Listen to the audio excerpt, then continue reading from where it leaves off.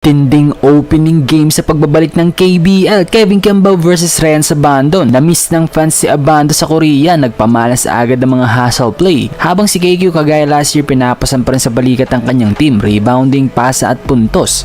Tuwang-tuwa naman ang mga teammates si Kiambao sa kanyang 200 slam dunk. Heto nga't panoorin natin mga brody ang bakbakan ni Abando at Kiambao sa KBL. 표승빈, 오브라이언트, 김종규가 선발 출장을 하겠고요. 이어서 고양 손호의 라인업을 짚어보도록 하겠습니다. 이정현과 함께 김진유, 정희준 오늘 공식전을 치르는 하루입니다. 팀워크와 함께 출발합니다.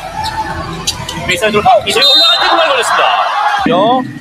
지금 돌파를 허용. Agad ngang nakontrol ng Goyang ang game sa first few minutes ng first quarter, kung saan naging on point nga ang kanilang 3-point shooting. Tres nga kaagad ang unang field goal ni KQ, corner 3-point shot para magbigay ng momentum sa opensa ng kanyang kupunan. Na-maintain nga ng Goyang ang kanilang kalamangan hanggang sa kalagitnaan ng quarter. Nagkaroon pa ng highlight play sa Kevin Kiambao, 200 dunk sa transition. Tuwang-tuwa nga dyan ang kanyang mga teammates sa sideline. 2-minute mark ay pinasok na nga sa game si Ryan Sabandon, pero at the same time nga ay nilabas din nga sa laro si Kevin Kiambao. Agad ngang nagpakita ng hustle si Ren sa pagkuha ng loose ball. Nakipagpisikalan nga kaagad habang pinagtutulungan siya ng dalawang players ng Goyang. Nagpakita pa ng handle sa fast break, sabay assist sa kanyang teammate for the 2-point layup, pero lamang pa rin nga ng 8 points ang Goyang after ng first frame, 24-16. Second quarter ay bigla ngang bumagal ang opensa ng Goyang sa first few minutes. Pareho nga kasama si Renz at KQ sa first 5 ng both teams this quarter, kung saan makikita nga natin minsan ang pagbantay nila sa isa't isa. Paunti-unti nga ang pagbawas ng anyang sa kalamangan ng Goyang sa halfway mark. Napagsabihan pa si Ryan Sabandon ng kanilang import matapos niyang ma-turnover ang bola para magbigay ng transition point sa visiting team. Another basket para kay Kevin Kiambao sa kanyang driving layup, pero naging dikdikan na nga ang laban sa late minutes, kung saan tuluyan na nga naitabla ng anyang ang score, all 34 halftime. Third quarter ay tuluyan na nakuha ng anyang ang kalamangan sa early minutes. Gandang hanap naman ni Kevin Kiambao sa kanyang teammate sa ilalim para sa kanyang wide open layup, pero bigla nga umarangkadang opensa ng anyang sa halfway mark, kung saan umabot na nga sa double digit ang kanilang kalamangan. Gandang depensa pa dito ni Ryan Sabandon para mabother ang fast break layup ng import ng Goyang, pero sayang nga lang namintis niya ang kanyang wide open corner 3-point shot. Wala pang ang punto so far si Abando sa game na ito. First basket ni Ryan Sabandon ay nakuha niya sa free throw line sa 1-minute mark. Naipasok nga niya ang kanyang dalawang free throws at hindi nga nagtagal ay agad niya yung sinundan ng isang jumper sa elbow. Yan nga ang kanyang unang field goal basket this game. Lamang ng 7 points ang anyang after ng third frame, 57-50. Fourth quarter ay patuloy nga pag-control sa game na ito ng anyang Red Boosters. Lagi nga may sagot ang home team sa mga baskets ng Goyang, kaya hindi din nga basta-basta makalapit itong kupunan ni KQ. Another basket para kay Kevin Kiambao sa ilalim. Nagbigay nga yan ng spark sa opensa ng Goyang sa halfway mark, kung saan baba na lang nga sa 4 na puntos ang kanilang hinahabol na kalamangan, pero hindi nga na-maintain ng Goyang ang kanilang run na yan, kung saan umarangkada nga ulit ang opensa ng anyang sa late minutes. Kaya naman sa huli nga ipanalo sa game na ito ang anyang Red Boosters.